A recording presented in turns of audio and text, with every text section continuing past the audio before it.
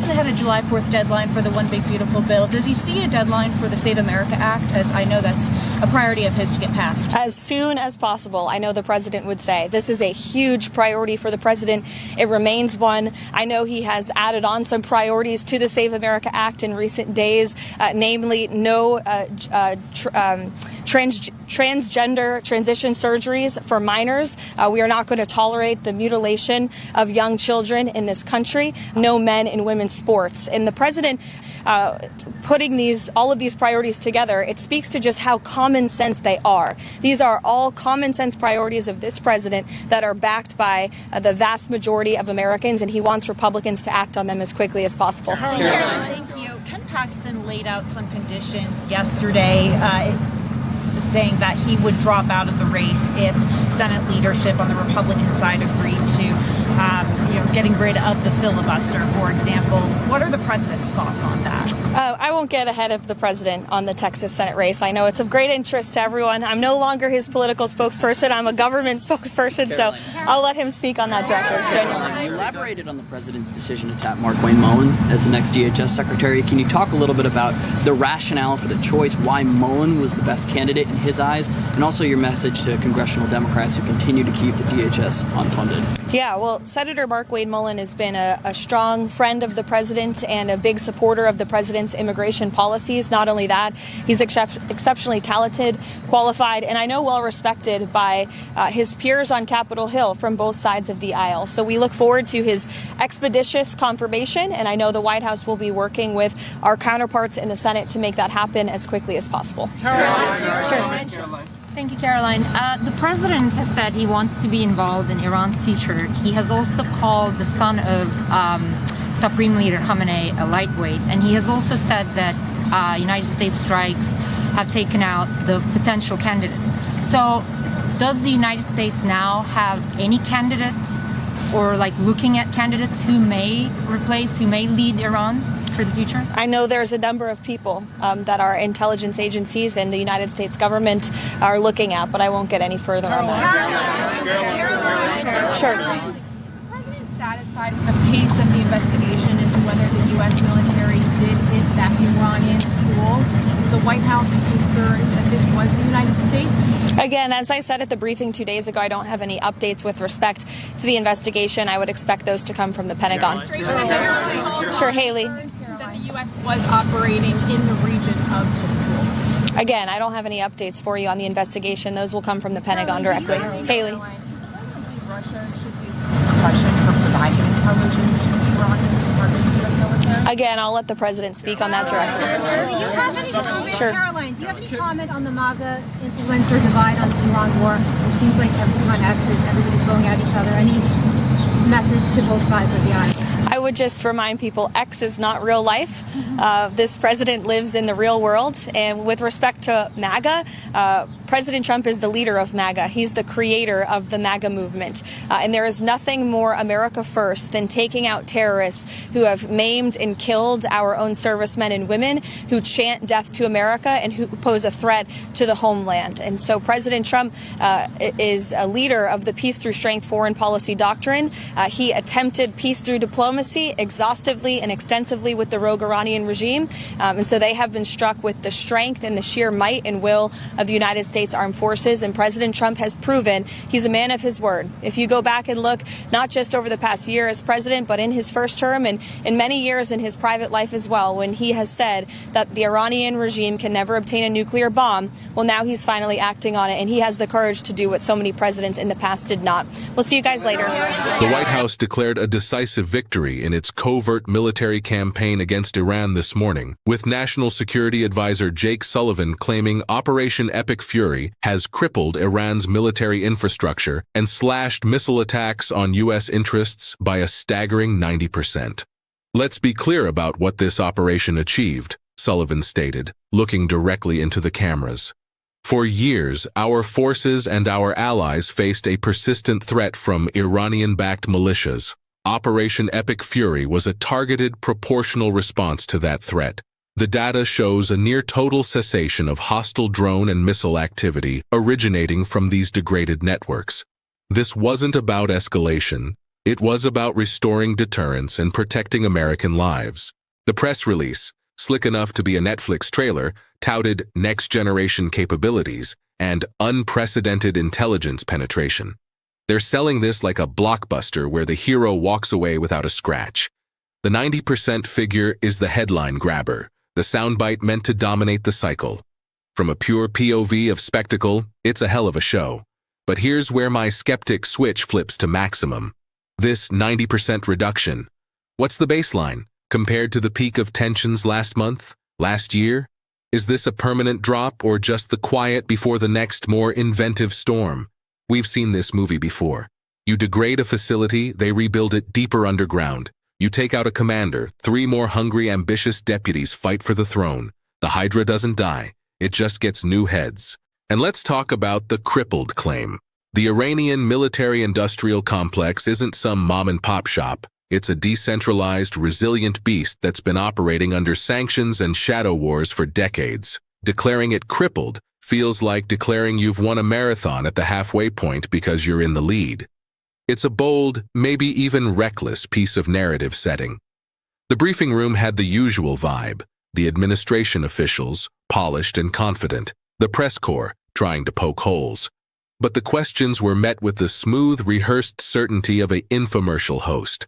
Doubts were framed as misunderstanding the brilliance of the strategy. Concerns about blowback were dismissed as failing to appreciate the precision of American power. So they've presented their case. A tidy win. A problem solved. The podium proclamation is loud and clear. But is this America First victory as clear-cut as the podium proclaims? The administration's victory lap hinges on a few key claims from Press Secretary Karoline Leavitt. A degraded adversary navy, a message sent to terrorists, and a clean strategic win. First, the sunk ships. Officials, speaking on background to several outlets including Reuters, confirmed the destruction of multiple small attack craft and a remote-controlled boat depot ship. The Pentagon's official readout was more cautious, stating operations neutralized imminent threats to U.S. forces and freedom of navigation.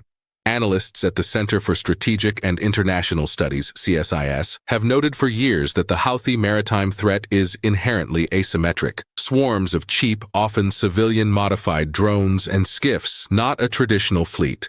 Sinking them is a tactical success, but it's like playing whack-a-mole with a $2 million missile. Then there's the weakened Navy narrative. A senior administration official, in a call with reporters, framed the actions as having significantly degraded Houthi capabilities for the foreseeable future. Yet, just 72 hours after the strikes, the U.S. Central Command had to issue new statements confirming further engagements against Houthi missiles prepared to launch. This is the definition of foreseeable future in Washington spin room terms, about as long as a news cycle. Which brings us to the masterclass in political framing, taking out terrorists. This is the emotional core of the administration's argument, designed to short-circuit criticism. Leavitt's podium performance framed every action as a precise strike against those who threaten American lives and global trade. The language is meticulously chosen: terrorist, malign actor, Iran-backed. It's a branding exercise. By defining the entire conflict through this lens, any military action becomes inherently defensive. Any collateral damage becomes an unfortunate necessity in a just war. The Pentagon has acknowledged in response to congressional queries that the cost of 1 month of sustained defensive operations in the Red Sea, the missiles fired from destroyers, the jet sorties, the intelligence overhead, runs into the billions. A report from the Congressional Research Service last month highlighted the strain on naval assets, with ships enduring extended deployments and missile inventories needing replenishment. This isn't just about sunk Houthi boats. It's about the wear and tear on a U.S. Navy that's already stretched thin across global hotspots. The administration's story is a classic piece of political gaslighting. They present a complex, grinding conflict of attrition, a shadow war against a guerrilla force using the sea, as a series of clean, decisive knockout punches. They highlight the explosions and ignore the ledger. So, you think this is just about some boats in the Red Sea? Buckle up. To understand the fireworks, you need to rewind the tape on the real blockbuster feud. the 4-decade-long reality show between Washington and Tehran. This isn't a new season. It's a spin-off with the same toxic producers. The plot is tired but explosive. The U.S. and Iran have been locked in a Cold War by proxy since 1979, a shadow conflict fought in the gray zones of the Middle East. The U.S. strategy? Maximum pressure, sanctions as a weapon, and a military umbrella over allies. Iran's playbook? Asymmetric warfare. They fund, train, and arm a network of militias, from Hezbollah in Lebanon to the Houthis in Yemen, creating what analysts call an axis of resistance. It's a cheap, deniable way to project power and tie down the U.S. military without a single Iranian soldier stepping onto a conventional battlefield. The Houthi attacks aren't a random act of piracy. They're a calculated move on Tehran's geopolitical chessboard. And the ripple effects are immediate. First, the allies. Israel is watching, knowing any wider regional war pulls focus from Gaza. Saudi Arabia and the UAE, who spent years fighting the Houthis, are in an awkward POV. They want the shipping lanes secure but are terrified of being dragged into a direct conflict with Iran that could see missiles raining down on Riyadh or Abu Dhabi again. Their public silence is deafening. Then, there's the global economy's Karen, the oil market. Brent crude jumped over 2% in the days following the major US-UK strikes, a knee-jerk reminder that 12% of the world's trade and a critical chunk of its oil still flows past Yemen's shores. Every missile launch is a tremor on the trading floor. This brings us to the trillion-dollar question haunting the Pentagon: mission creep. We've seen this movie before. It starts with a limited defensive objective: ensure freedom of navigation. Then, it escalates. The Houthis aren't going to stop. They've survived a decade of Saudi-led bombing. A few destroyed radars and drone boats are a cost of doing business. So, what's the U.S. endgame? A former CENTCOM commander put it bluntly in a War on the Rocks podcast last week. You either impose a cost so severe it changes their calculus, or you get drawn into a perpetual cycle of whack-a-mole that drains your treasury and stretches your navy to the breaking point. We're currently in option B. The administration insists this is defensive and proportionate. But history whispers a warning. Are we listening or just cheering the fireworks?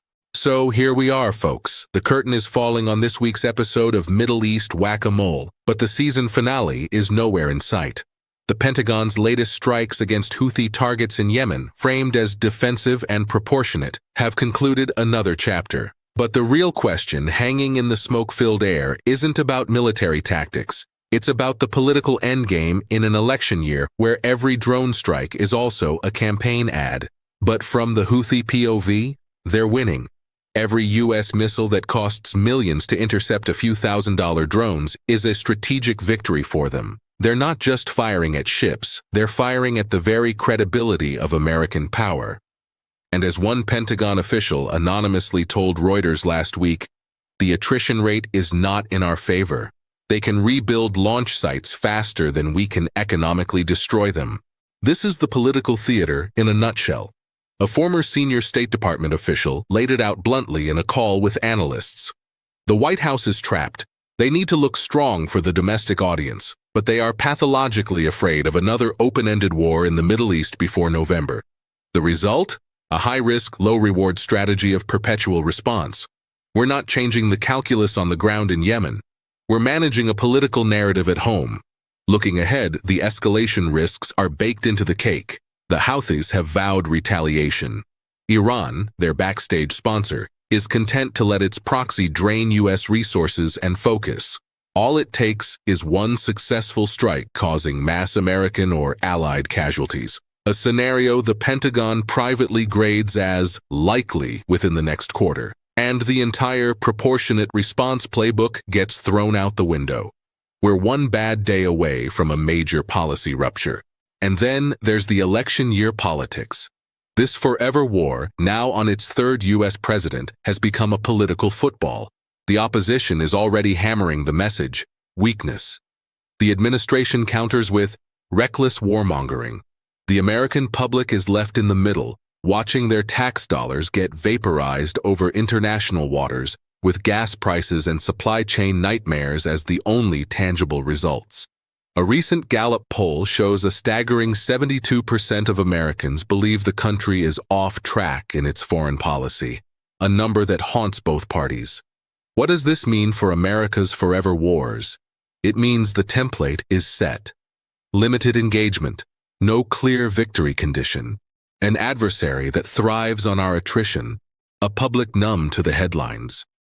We've exported the forever war model from the mountains of Afghanistan to the waters of the Red Sea.